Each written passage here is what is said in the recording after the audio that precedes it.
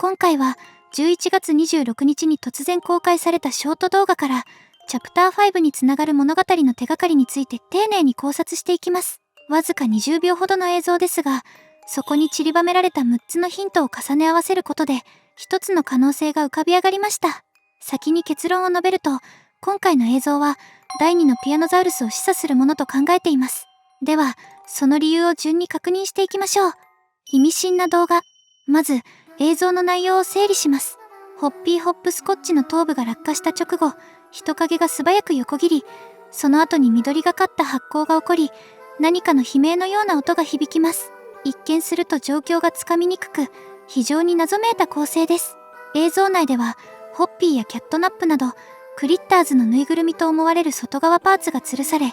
さらにハギーワギータイプの手も並んでいます。その下にはコンベアが走っており、これは実験体の外側パーツを量産するエリアである可能性が高いように見えます。横切る影は孤児のようにも見えますが、同時にブロンの横顔にも一瞬見えるシルエットをしており、もはや人間としての特徴はほとんど残っていません。続いて、発光についてです。光はわずかに緑色を帯びており、グリーンハンドを思わせる色調です。悲鳴らしき音も聞こえるため、どうしてもセオドアの感電事故を思い出します。ただし、グラブパック特有のワイヤーが伸びる音は確認できず、この点が非常に不自然です。さらに、この発光の瞬間、映像の上部に例の謎の新キャラが姿を見せています。このキャラの登場は、フォートナイトのロード画面、ハロウィン投稿に続き、今回で3度目となります。ここから先は、このキャラクターについて整理していきます。新キャラ。このキャラクターは、名前も役割も依然として明かされていません。チャプター5に関連する公式イラスト群の中で繰り返し描かれていることを考えると、今後の物語で重要な存在になる可能性が高いと感じられます。今回のショート動画では、これまでよりもゲーム内に実際に存在していると思わせるような具体的な姿が確認できます。サイズ感はポピーと近い印象で、体格が大きいわけではなく、フレーム上部からこちらを覗き込むような動きにも見えました。隠れているだけなのか、それともレールの梁を移動手段として利用しているのかは判然としませんが、ポピーがダクトを使って移動していたように、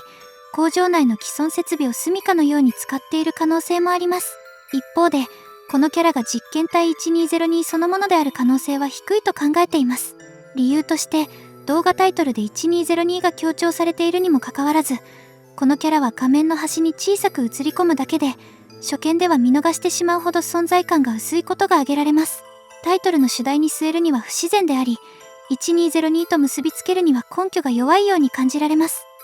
実験体1202。次に、今回のショート動画のタイトルにもなっている実験体1202について整理します。現在判明している実験体の流れでは、1202は1199ブロンと1222マミーロングレックスの間に位置する番号です。まず、時系列を追ってみます。ブロンより前の番号である1188キャットナップは、1990年11月20日に実験体としてカウントされたと考えられます。さらに、マミーの被験者となったマリー・ペインは、かつてキャットナップの悪夢にうなされていたことが分かっています。おそらくこの出来事の後、マリーはマミー・ロングレックスとして蘇生される形で誕生したと推測できます。キャットナップと同様に、ポピージェルを用いた実験は瀕死状態で行われた可能性が高く、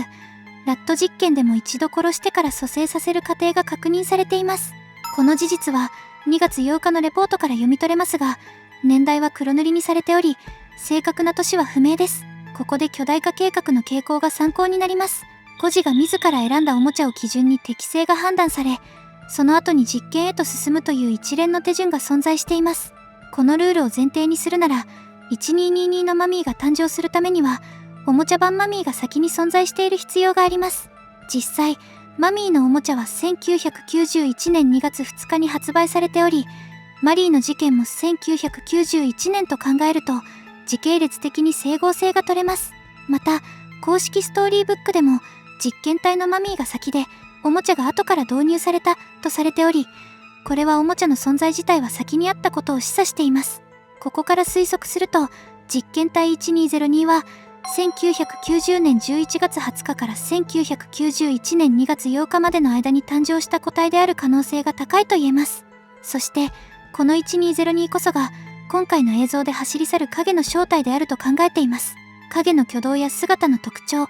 そして映像内の状況を照らし合わせたとき、最も整合性が取れる仮説として浮かび上がります。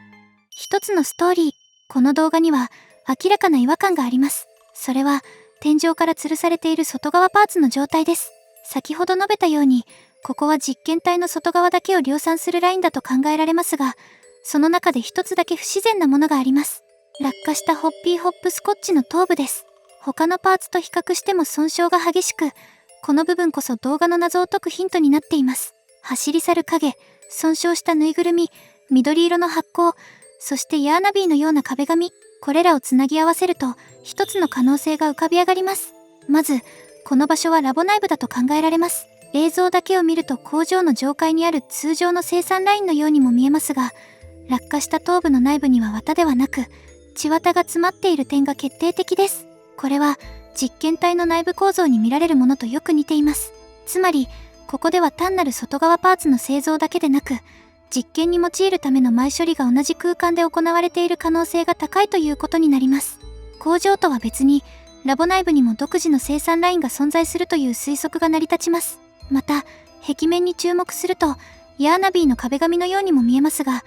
よく見るとマットレスの表面にも似た模様が確認できます。マットレスは通常、床に敷くものであり、壁に立てかけられることはありません。では、なぜそれが壁にあるのか。これは、壁がクッション素材で覆われたパデッドルームである可能性を示唆しています。パデッドルームとは、精神医療施設などで使用される、患者が自傷しないよう壁や床が厚いクッションで覆われた部屋のことです。色調や質感を考えると、キッズルームにも近い印象があり、ラボ内部の廊下が医療施設のように見える理由にもつながってきます。ここで、再び損傷したホッピーの頭部に話を戻します。なぜ、この頭部だけが大きく損傷しているのか。それは何かに食べられていた最中に落下したと考えると説明がつきます。その何かこそ、走り去る影です。頭部が落下した直後、影が慌てて逃げるように動くため、これは食事中にバランスを崩して落ちてしまった状況を示唆していると考えられます。さらに、その後すぐに発光と悲鳴が起きている点も重要です。何らかの電撃攻撃が行われ、影の個体がその場で処理された可能性があります。ここまでの流れを総合すると、一つのストーリーが浮かび上がります。1202は空腹に耐えられず、ホッピーの頭部を食べていた。食べている最中、釣り具から頭部が落下してしまい、セキュリティに発見される。1202は慌てて逃げ出すが、電撃によって撃退され、姿を見せる間もなく処理された。つまり、1202は出落ち以前の存在です。登場すら許されず、影として消えた実験体。この点で、かつて存在したピアノザウルスと重なる部分が多く、第2のピアノザウルスと呼びたくなる理由がここにあります。では、この動画の真意は何なのか。それは、1202という番号そのものを強調するための映像だったのではないか、という点にたどり着きます。ピアノザウルスがかわいそうだと感じた方は、チャンネル登録、高評価で教えてくださいね。遊び心。まず、実験体ナンバリングの仮一覧表について触れておきます。これはあくまで説明のために組んだ推定表ですが、2つのクリッターズシリーズ、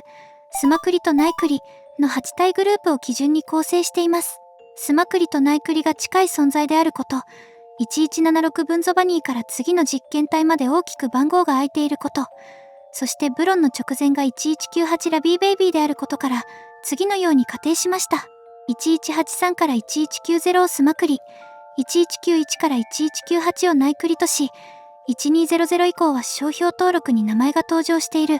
ロングサイドアウトエマルズシリーズに該当するのではないかという考え方です。もちろん、これは完全に正確な体系ではありません。実験番号は連番になっていない可能性もあり、欠番や飛び番号が存在することも十分あり得ます。今回の動画を解説する上で、便宜的に置いた仮の整理に過ぎません。ただ、ブロン以降の番号を見ても、1222マミーまでには20以上の空白が存在し、新キャラの登場状況を考えても、1202に正式な名前が割り当てられない可能性は高いと感じられます。つまり、今回のショート動画で1202という番号は登場しているものの、1202という個体自体は今後ストーリーに深く関わらない単発の存在だった可能性があります。むしろ、何らかのトリガーとして使われただけの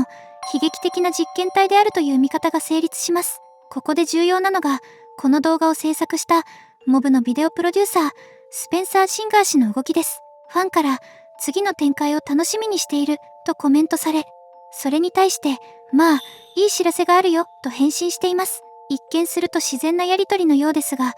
少し奇妙な点があります。ポピープレイタイムに関心を持ち、彼の投稿を追っているファンであれば、すでにそのショート動画は視聴済みであるはずです。それにもかかわらず、あえて動画リンクを再度貼り直し、いい知らせという言葉を添えている。これは、単なる告知以上の意味を持たせたかったのではないか、と感じられます。さらに、このやりとりの直前、シンガー氏は、モブに来て1年が経ったという発言をしています。ここにわざわざ日付を匂わせている点が気になります。たまたま新しいショート動画が公開されたのでしょうか。ここで、タイトルに強調されている実験体1202に注目します。1202という番号を日付として読み替えると、12月2日、モブは公式発表でも数字を使うことが多いです。さらに、実験体1202というタイトル形式自体が異例です。これまでショート動画のタイトルに実験体番号を強調した例はなく、この番号を見てほしいという意図が感じられる構成になっています。以上を踏まえると、今回のショート動画は、12月2日に何か動きがあることを暗示する、遊び心のあるメッセージだった可能性があります。1202という番号の個体自体に意味があるのではなく、1202という数字を使った合図だったというわけです。日付も近づいており、どのような発表が来るのか非常に楽しみです。